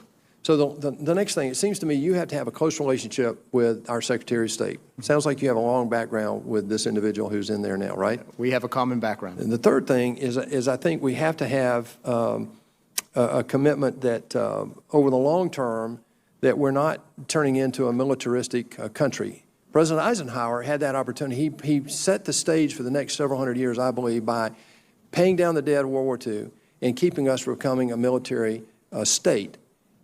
Can you tell the rest of the world that that's not where we're headed with you as Secretary of Defense, and that the diplomacy answer you gave earlier, would you double down on that? And given your private sector background, explain how that depth gives you the ability to transcend both worlds. I agree, Senator. I was going to say the greatest power we have is the power of our values and our culture. People around the world aspire to come to this country for those two things alone. That's why they line up in embassies and consulates in 180 other countries around the world to come to this country, because they know we believe in freedom and democracy and individual rights, and all that will be protected. And that's the power that we have to leverage, is the power of our values and our way of life and our government. Thank you, sir. Thank you, Mr. Chairman. Welcome, Mr. Secretary. Thank you for your service and your willingness to continue to serve. You made a point in your opening statement that sort of jumped out at me that I hadn't really thought about explicitly before. Our adversaries don't have allies. We have allies. That's right. That's one of our asymmetrical advantages that we should maintain, it seems to me. You concur, I assume.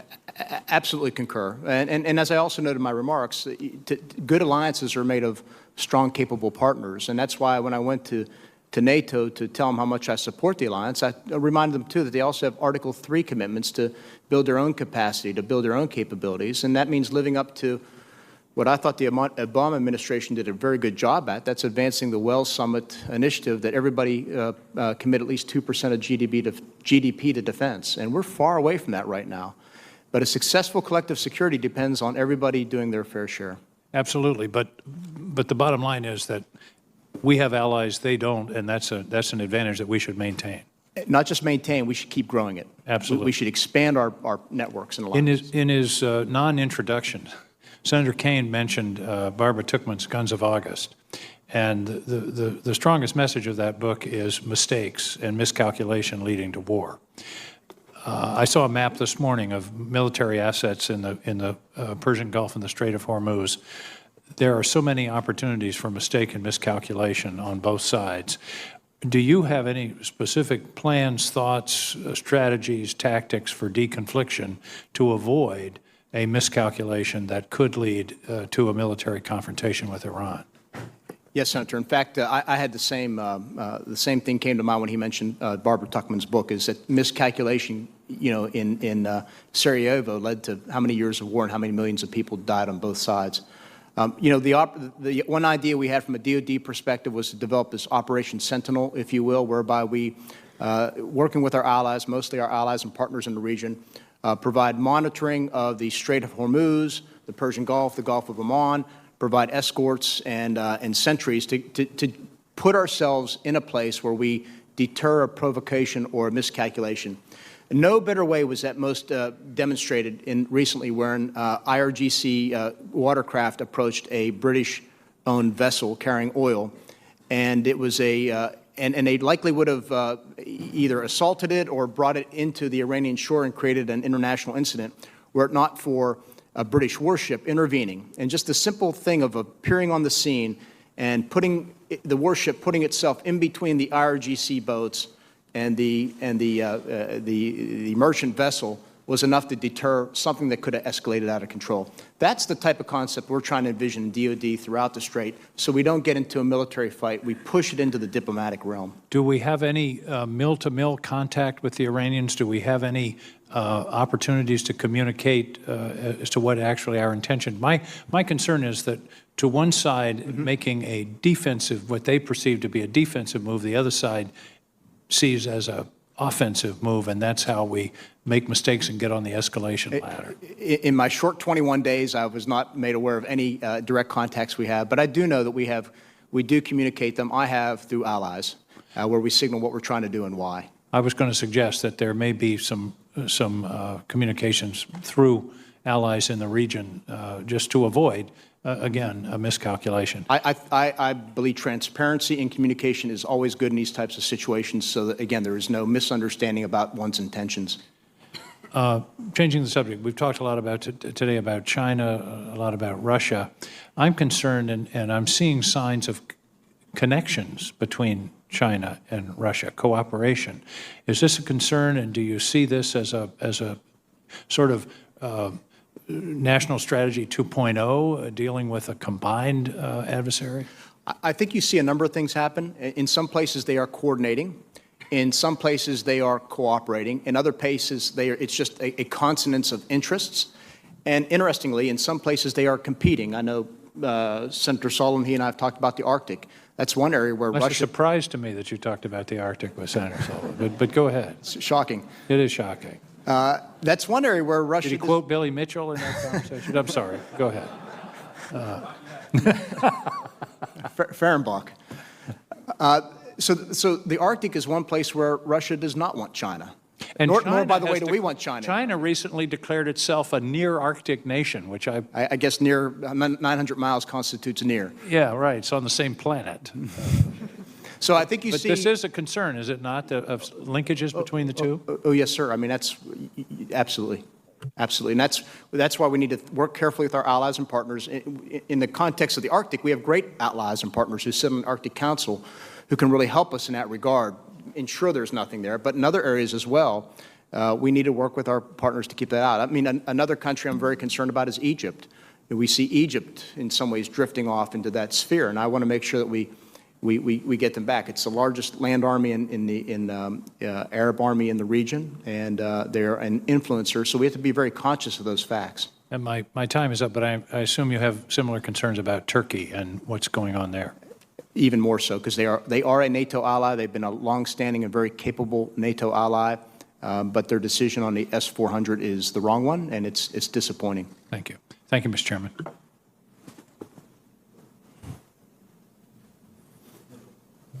Thank you, Mr. Chairman. Secretary Esper, thank you for being here. I want to thank you and your wife for spending time down at Fort Bragg, taking a look at the military housing situation. So maybe I'll start there.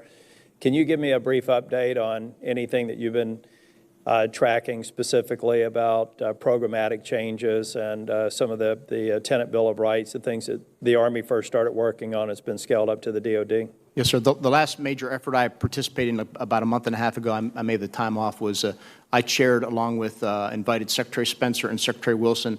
We sat down in our first quarterly CEO Board of Directors meeting with the opposing CEOs and talked through a number of issues. We presented them with our draft Bill of Rights for feedback and made clear that these are the things we were going to advance with regard to ensuring our service members were protected, that we wanted to standardize that across the services so that somebody moving from fort here to air base there could have the same expectation of what their rights and responsibilities were, and that our next move was to really, once we nailed down that Bill of Rights, to translate that into updated tenant leasing agreements. Again, so it was operationalized in a legal sense.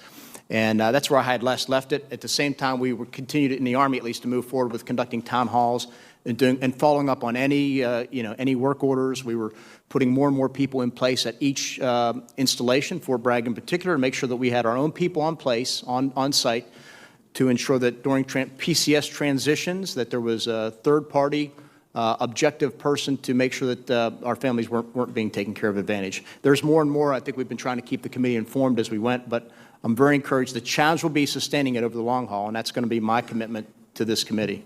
Thank you. You and I had breakfast over at the Pentagon a year or so ago, and you were going through your strategy to review every program, determine whether or not, and I'm not going to mention the one of my favorites here, but determine whether or not it really was given scarce resources worth pursuing certain programs. And I think in your opening testimony, you mentioned a number of these rocks that you've overturned. Everybody thought it wasn't worthwhile, but in totality, it's resulted in real savings. Can you talk a little bit about that briefly? I've got a couple other questions I hope we get in. Yes, sir. At the end of the day, General Miller and I spent 50, 60 hours going program by program, over 500 programs, and at the end of the day, we reduced, eliminated, or delayed nearly, I think, 186 programs, produced over $30 billion in savings. It was a shift from the legacy to the future. I think it reflected our commitment to the National Defense Strategy, and that's the same type of approach I hope to bring to the Department, if confirmed. Okay, I'm going to ask you anyway. Did the grass-growing bullet program survive? That's General Milley's favorite. I think that was killed long ago. Okay. General Milley, the reality up here, and I know this is something Senator Perdue's very worried about, you know, it seems to be almost impossible for us to bridge the divide on funding. I'm very concerned that we're about to get into a posture of short-term CRs. Can you explain to this committee how disruptive that is to your mission, and particularly in the wake of what has been a pretty good cycle of the past couple of years for reliable funding? Yes, sir. So a CR... And what may suffer as a result? Yes, sir. A CR, a continuing resolution, as you know, puts a number of limitations on what we can and cannot do. First of all, it funds the Department at last year's level, which is likely not enough to begin with. But then it prohibits things like new starts, which is critical if you're trying to modernize the force consistent with the National Defense Strategy. It prohibits no changes in quantities for production. So we're trying to rebuild our munition stocks. If we find the need to increase the number of this munition or that munition, we will not be able to do it. And of course, if the money comes late or if you don't have enough money, you can't fill training seats in your schoolhouses. You cannot buy maintenance and repair parts to some degree.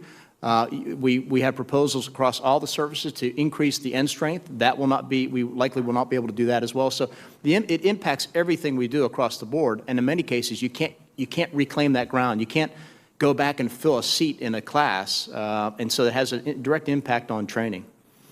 Thank you. The last question I'd have for you, number one, I know that the other departments have done some of the work like you did in the Army. I hope we're going to see that identification of all programs and making tough choices go up to the DOD so that you can report back similar results in the other lines of service. But I think the other thing that we have to talk about, I don't expect you to get into details in response, but if we're not going to be able to end sequestration, repeal sequestration, one of the things we need to think about is what kind of authorities or other things we could potentially consider to lessen the impact on what I think is probably one of the worst votes that we've seen up here in modern history. So we just need your feedback on that so that we can weather the storm, because I think the storm's going to cycle around and potentially in this Congress. Yes, sir.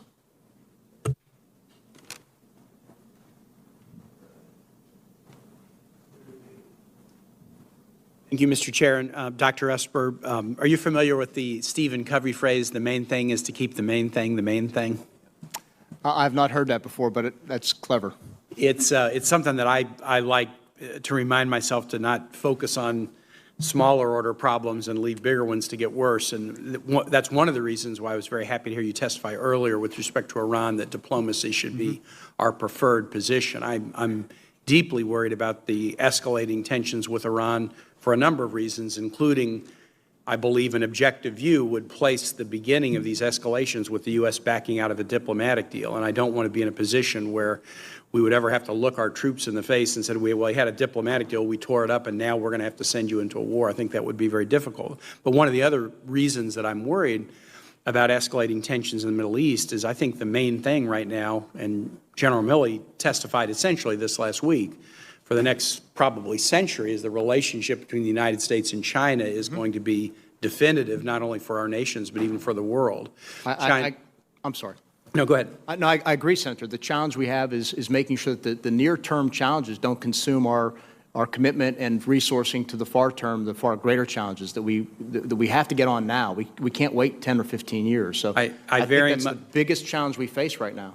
I very much worry that another war against a smaller, weaker, faraway nation would take away our focus on China. And China is a full spectrum competitor. General Milley was talking about, and we've talked in this hearing, you know, it could be air, sea, land, cyber, space, but outside of the military realm, economic, trade, diplomacy.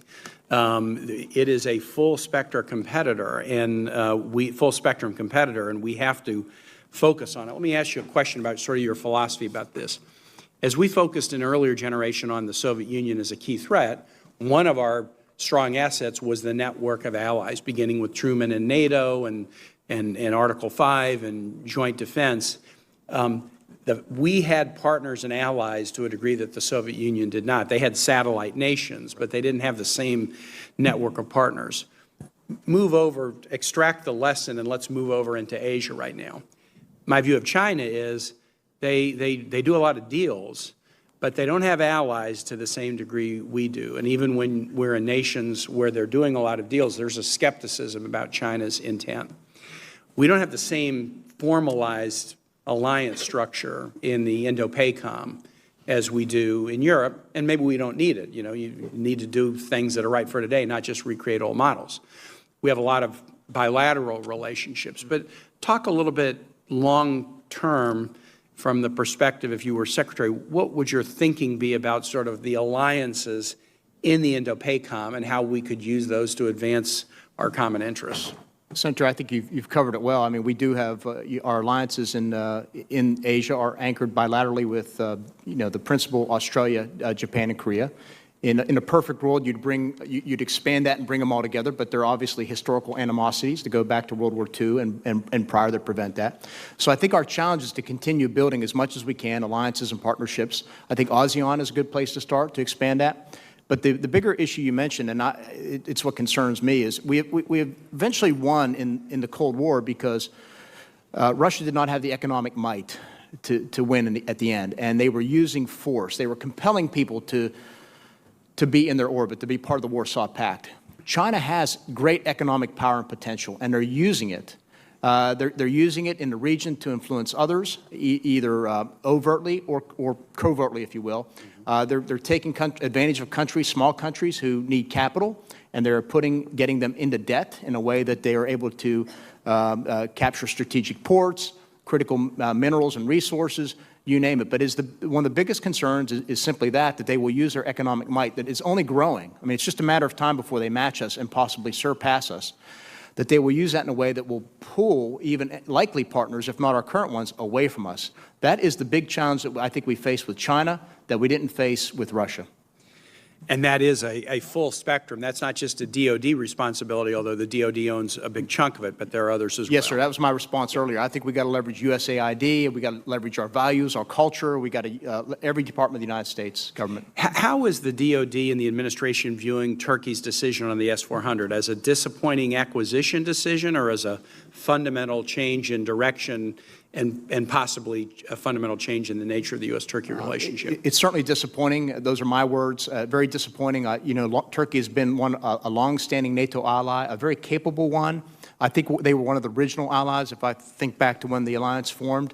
And so it is very disheartening to see how they've drifted over the past several years. But the view is the policy that I've communicated to my counterpart, if confirmed, Defense Minister, is that you can either have the S-400 or you can have the F-35. You cannot have both. Acquisition of the S-400 fundamentally undermines the capabilities of the F-35 and our ability to retain that overmatch in the skies going forward. Thank you. Thanks, Mr. Chair. Thank you, Mr. Chairman. Dr. Esper, congratulations on your nomination. I think you're a fantastic candidate. I look forward to supporting you. I've been very encouraged today to hear you talk about the importance of NDS and the much-needed strategic focus that it brings, not just to the department, but to the nation's political leadership, and hopefully across the whole of government, and also about the nature of China as a strategic competitor here and now. I want to talk more about that in a little bit more detail, if I could. If China were to seize control of Taiwan, what would that mean for U.S. interests and for a free and open Indo-Pacific more broadly?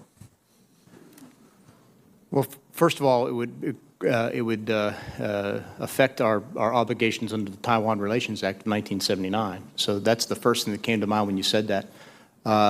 Clearly, what it does is it signals, contrary to what the Chinese like to say, that they are willing to use force to get their way. It's something they promised.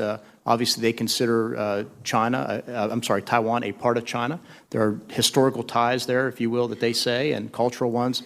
But I think that would be that would really change the dynamics of the Pacific, And it would really cause a lot of concern to all their neighbors and partners for the reasons that we were discussing earlier. And by the way, I think that's part of what you see playing out in the streets of Hong Kong these days, is a lot of concern about what's happening since China assumed control of Hong Kong in 1997. The department, rightly in my view, has said that a Chinese fait accompli in relationship to Taiwan is a major threat that we need to focus on. Now, I've heard some argue, and recently, that the best way to defeat a Chinese fait accompli in Taiwan is by escalating horizontally, by deliberately expanding the conflict in order to impose costs on China without actually defeating the attack itself. And I just have to say, for my own part, I'm not convinced by this. This sounds to me like a way to impose significantly more costs on this country, more lives lost, more treasure expended, whereas we could be focusing on blunting the initial Chinese assault and then defeating them in as limited a conflict as possible. So let me just ask you, in your opinion, what would it take to defeat a Chinese fait accompli in the way that best limits the cost and the danger to Americans? Senator, I'd like to begin far left of the fight and talk about how do we continue to engage the Chinese, encourage their development as a normal nation, as a responsible player in the international realm, if you will. How do we restrict our competition with them to the economic realm, and how do we resolve problems diplomatically? That's where I think we need to go. We do not need a war with China, that's kind of my approach, is how do we deter conflict? As we think about that deterrence, however, and planning for it and signal what it is that we were going to do if we were confronted with situations that we don't like, such as a Chinese aggression against Taiwan or elsewhere in the Indo-Pacific. What is your view on how we best limit the potential exposure to us in any such conflict? I mean, how are we going to counter Chinese aggression should that ultimately come to pass? What this question is really about is how we're going to prepare to do it. We hope not to have to do it, but if we have to do it, how are we going to be prepared to do it in a way that limits our exposure, limits the danger to us, but is also effective?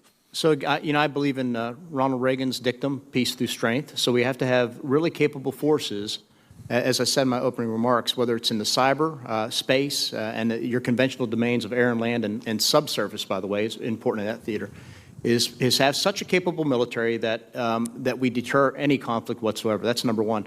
Number two, it goes back to building a network of capable allies and partners who can help us present a much bigger display of commitment and resolve than we would otherwise, as ones or twos. And so I think we need to look aggressively. Again, where else we can develop relationships. That's one thing I hope to do is pursue, if confirmed, pursue new partnerships with countries like Indonesia, Vietnam, and others to really build a community of like-minded nations who aren't there to confront China, but to deter bad behavior and making sure we embrace and sustain the international rules-based order that has sustained us now for decades. By my count, over $20 billion has now been directed towards the European Deterrence Initiative, EDI, since fiscal year 2015. Would you support an initiative like EDI in the Indo-Pacific to make sure that Indo-PACOM has what it needs to address near-term operational shortfalls? Yes, sir, in principle. I'd want to understand where the money's coming from to pay for that and all that, but we have to, again, approach these issues holistically. One last thing here. I've made clear my support for the President's commitment to a free and open Indo-Pacific, and as part of that effort, I think it's essential that our regional allies contribute to their fair share to their defense. And with that in mind, how should we expect Taiwan and others to contribute to their defense, whether in terms of military acquisitions or otherwise? Well, I support the, Taiwan sales to Taiwan. It's, again, a commitment we made under the Taiwan Relations Act. I've seen, in my years in D.C., successive administrations commit to that and fulfill it in various ways. And so that's a place to begin right there with arms sales. It just gives them a capability, it builds interoperability and so forth. And so that's where I would start on that front. Thank you, Dr. Esper. Thank you, Mr. Chairman. Thank you, Mr. Chairman. Secretary Esper, prior to becoming Army Secretary, you were the top lobbyist for Raytheon, which of course is the nation's third largest defense contractor. Now, under current ethics rules, you're prohibited from participating in any decisions involving Raytheon for 2 years after your appointment as Army Secretary. But because you have already been in government for 20 months, that recusal period is set to expire in November, which means you will soon be able to participate personally and substantially in matters involving your former employer. that's a conflict of interest given that Raytheon does billions of dollars worth of business every year with the Defense Department. So, Secretary Esper, your predecessor, Acting Secretary Shanahan, committed to extend his recusal from all matters involving his former employer, Boeing, for the duration of his government service. If you're confirmed, will you do the same and commit to extending your recusal from any and all matters involving Raytheon for the duration of your tenure as Secretary of Defense? You know, Senator, we had this discussion in your office. Yes, we did. We had this discussion a couple years ago. You know, on the advice of my ethics folks at the Pentagon, the career professionals, no, the recommendation is not to. The belief is that the screening process I have in place, all the rules and regulations and law that I'm required. So let's just cut to it. You're not going to do what Acting Secretary Shanahan agreed to do, and that is agree not to be involved in decisions involving your former employer where you were head lobbyist for the duration of your time as Secretary of Defense. Senator, I can't explain why he made that commitment. We obviously come to the, he was. But you are not willing to make the same commitment. Is that right? He was fulfilling a different role than I am, and he obviously. You are unwilling to make that same commitment. Is that right, Dr. Esper? He has a different professional background than I I'll take that as a yes, you're unwilling to make that commitment. That is not the only ethics problem with your nomination. Part of the deal you got from Raytheon when you left as their top lobbyist was at least $1 million in deferred compensation after 2022. Now, the law prohibits you from participating in matters that would affect Raytheon's ability or willingness to hand you this massive payout. But there's a catch. In a recent memo, you detailed an exception to your ethics obligations by writing that you can get a waiver to participate in matters that directly and predictably affect Raytheon's financial interests if it's, quote, so important that it cannot be referred to another official, end quote. This smacks of corruption, plain and simple. So here's my question. Will you commit that during your time as Defense Secretary that you will not seek any waiver that will allow you to participate in matters that affect Raytheon's financial interests? Well, Senator, let me correct the record with regard to what you said. At any time in the past 20-some months, to include the last 3 weeks, did I request or seek or receive or be granted any waiver? I appreciate, Dr. Esper, that you have not in the past asked for one, but you're the one who has detailed an exception to your ethics obligation by saying that you can seek a waiver in the future. And so I'm asking, if you're confirmed, will you agree not to seek such a waiver? I think it's a fair question. It's a yes or no. I have other ethics issues I'd like to cover. I know, but I would like to, I think this is a good debate. No, I'm not trying to have a debate. No, I know, but I'm trying to assure you of my... You will agree not to seek such a waiver. So let me just read to you. This is a letter from the Director of the Standards of Conduct Office. I'll take it then as a no. You will not agree not to seek such a waiver. Mr. Chairman, I'd like to I have a third question to ask about ethics. I think I'm entitled to ask these questions, I just want to answer your question. Well, his question is a yes or no. I'm going to interrupt for a moment here. I think that Dr. Esper has the opportunity, should have the opportunity to answer the questions that you're asking. You've asked several questions. He's trying to answer a question. We'd like to recognize him to answer that question. I presume, Mr. Chairman, I'll get extra time then? Yeah, you can have extra time Yes, sir. So I would just like to submit this for the record. It's a statement from the Director of the Standards of Conduct Officer. I won't read the whole thing in the interest of time, but it says, quote, at no time while serving as the Secretary of the Army or the Acting Secretary of Defense did you, he's writing to me, request, seek, or receive a waiver or authorization related to your ethics agreement and ethics obligations, unquote. Okay, Senator Warren. So I stipulated earlier that I understand you have not asked in the past, so I'll ask my question again. Will you agree not to ask for a waiver during the time you serve as Secretary of Defense? No, Senator, I won't, because I'm going to continue to abide by the rules and regulations, and I'm going to Thank you. And I'm going to continue to consult closely with my ethics personnel to ensure that we stay in the ethical midfield. I recently introduced legislation to block the revolving door between the Pentagon and giant defense contractors like Raytheon by prohibiting big defense contractors from hiring former senior DOD officials for 4 years after they leave government. If it were the law, you couldn't go back to work at Raytheon or any other defense contractor immediately. In other words, it would help close the revolving door. If confirmed, will you commit not to work for or get paid by any defense contractor for at least 4 years after your government service? No, Senator, I will not. All right, so let me get this straight. You're still due to get at least $1 million payout from when you lobbied for Raytheon. You won't commit to recuse yourself from Raytheon's decision. You insist on being free to seek a waiver that would let you make decisions affecting Raytheon's bottom line and your remaining financial interests. And you won't rule out taking a trip right back through the revolving door on your way out of government service, or even just delaying that trip for 4 years after you leave government. Secretary Esper, the American people deserve to know that you're making decisions in our country's best security interests, not in your own financial interests. You can't make those commitments to this committee. That means you should not be confirmed as Secretary of Defense. Well, Senator, if I may answer your question. At the age of 18, I went to West Point, and I swore an oath to defend this Constitution. And I embraced a motto called duty and honor and country. And I've lived my life in accordance with those values ever since then. I went to war for this country. I served overseas for this country. I've stepped down from jobs that paid me well more than what I was working anywhere else. And each time it was to serve the public good and to serve the young men and women of our armed services. So no, I disagree. I think the presumption is, for some reason, anybody who comes from the business or the corporate world is corrupt. So I'm asking the question. No. Stop. This is not right, Mr. Chairman. Senator He does Sullivan not. I is didn't ask a question Senator at the end. Sullivan's, you've gone 2 minutes over. No, I haven't gone over. Yes, He you has have. gone over. And he Senator is Sullivan, not willing to make a commitment that he will not engage in conflicts of interest Thank you, for Mr. the Chairman. company for which he was a lobbyist. This is outrageous. Thank you, Mr. Chairman, and I want to thank Secretary Esper for your service to our country. I want to thank the family members here. I have three children myself, and it's not always easy. Families are in public service as well, so I want to thank you for all that you've done for your dad and your spouse.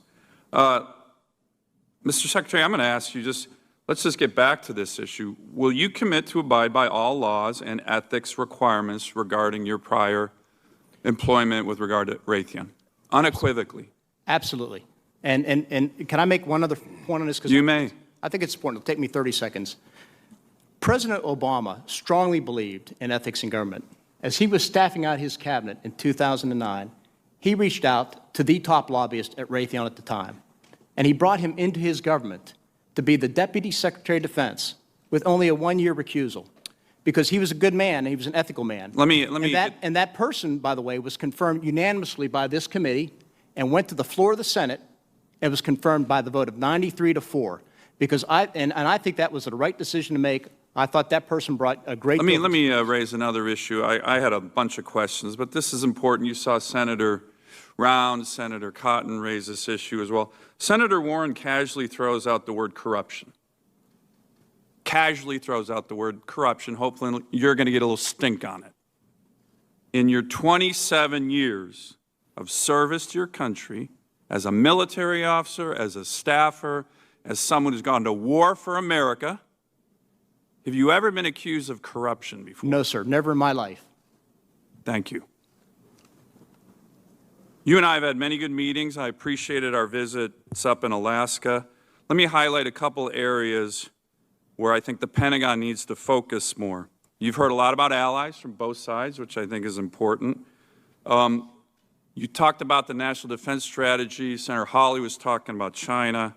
I think the National Defense Strategy does a great job in terms of raising the issue of the rise of China and our focus on the Indo-Pacific. One area where I think we need to do a better job is our force posture in the region. Will you commit to work with this committee with regard to our force posture in the Indo-Pacific? Yes, sir, because I think it's wholly consistent with the National Defense Strategy, which is what I'm committed to do. Let me talk to the issue of the Arctic. I don't want to disappoint Senator King by not raising these issues, so I will. You know, it does seem like most agencies in town, with the exception of the Pentagon, are focused on this. You may have seen Secretary Pompeo gave a very important speech on the strategic interests we have. Mr. Chairman, I'm going to submit for the record several articles just in the last couple of weeks that focus on Russia, China's interest in the Arctic, how it's a strategic area, how A lot of Washington is waking up to this, with the exception of the Pentagon. You and I have talked about this a lot. Let me just give you one example. The Russians are doing all kinds of things, new ports, new airfields, new military commands in the Arctic. Putin's talking about the Arctic as the new Suez Canal, and that they're going to control. And we had a provision in this year's NDAA that just said America should have a port, which it doesn't have right now, that could handle resupplying a destroyer, not even an aircraft carrier, in the Arctic. The Pentagon opposed this. Fortunately, this committee rolled the Pentagon's bad advice. Can you commit to me to work with this committee to taking a strong look, a personal look, at America's strategic and military interests in the Arctic and how to protect those? Yes, Senator, I do. Let me talk a little bit about Alaska. Mr. Secretary, you had the opportunity to visit Alaska as Secretary of the Army. I like to say Alaska constitutes 3 pillars of America's military might. We're the cornerstone of missile defense. We're a platform for expeditionary forces like the 425 and the 1st Stryker Brigade, which is getting ready to go to Iraq. And we're the hub of air combat power for the Arctic and the Asia-Pacific. As a matter of fact, by the end of next year, we will have over 100 fifth-generation combat-coded fighters based in Alaska. Because of our strategic location, because of the fact, as Billy Mitchell did say, again, I don't want to disappoint Senator King, that Alaska was the most strategic place in the world, given its strategic location. The Air Force is evaluating its OCONUS locations and deployments of KC-46s. Alaska has 50-year-old tankers up there.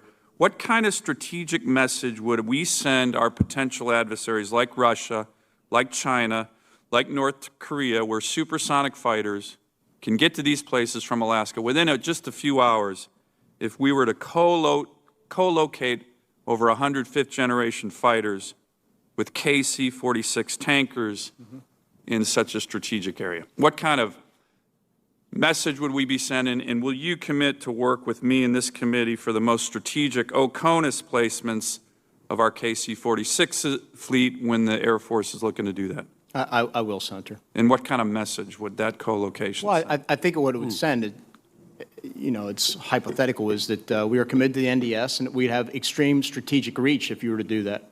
Thank you. Thank you, Mr. Chairman. Thank you, Senator Sullivan.